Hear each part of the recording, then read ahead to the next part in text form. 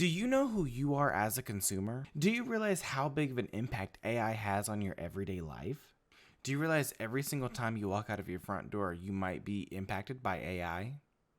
E-commerce really took off with not only its business to business platforms, but business to consumer platforms using the World Wide Web.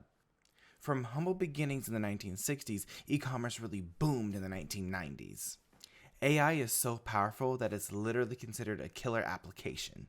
A killer application is a piece of technology that has made itself so indispensable and so necessary to everyday life that we just can't live without it anymore. It's thanks to AI that we live in the social or mobile era. In this series, we're going to discuss the realities of the current state of AI. We're going to discuss the ethics and morals surrounding the AI universe, and we're going to ponder the future and where AI is going. Let's see what Justice has to say about the current state of AI. So believe it or not, the current role of AI today, it serves several functions. It's actually all around us, believe it or not. So it's all through our e-commerce websites, and we've always engaged with AI.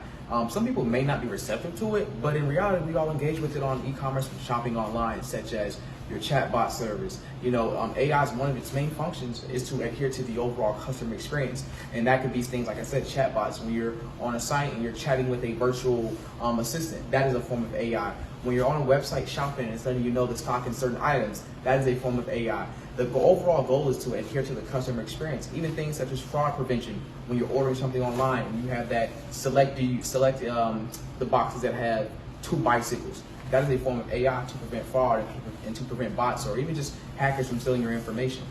AI is all around us and it's not going anywhere. So especially the e-commerce space, we should get used to it, especially with e-commerce and just growing and more people shopping online and using the internet. We'll have to rely on AI more in the e-commerce space as technology progresses. Justice did a great job of explaining the current state of AI today. So let's go to Jackson to explain the morals and ethics of artificial intelligence.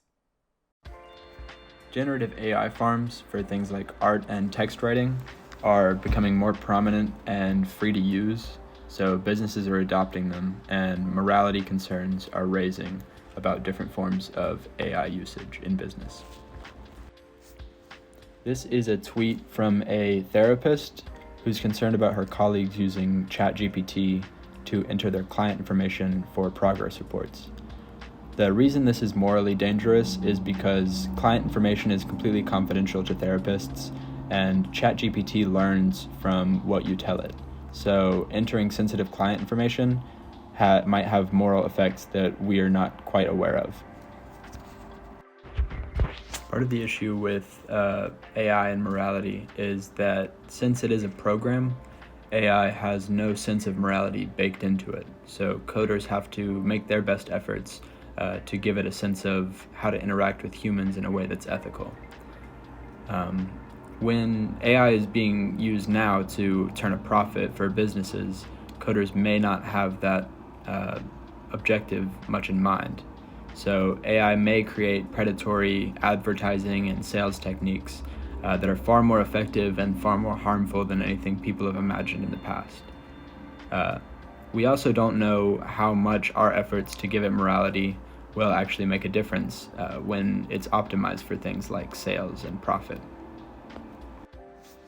Morality isn't only a problem on the AI side of things either. Humans become a lot less moral when they're interacting with robots. When AI is implemented at a much larger scale, this will have an effect that compounds in all industries. For instance, it's been studied that when self-checkout is installed in a grocery store, shoplifting rates increase by a considerable amount. This is likely because people don't really feel the moral impact as heavily when they're sneaking past a robot versus when they're sneaking past someone who's actually trying to check them out. One of the assumptions that people tend to make about robots is that they're not fallible like humans are. But robots can make just as many mistakes as humans can.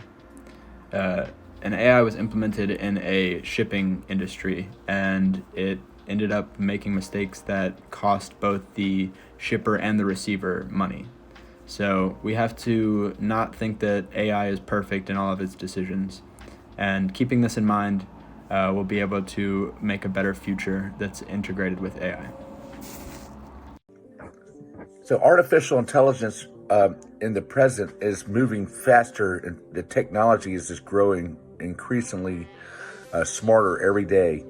Right now in e-commerce, there's so many different changes coming ahead, such as data mining, natural language processing, machine learning concerns using collection of algorithms to apply past experience or provide examples to solve a problem.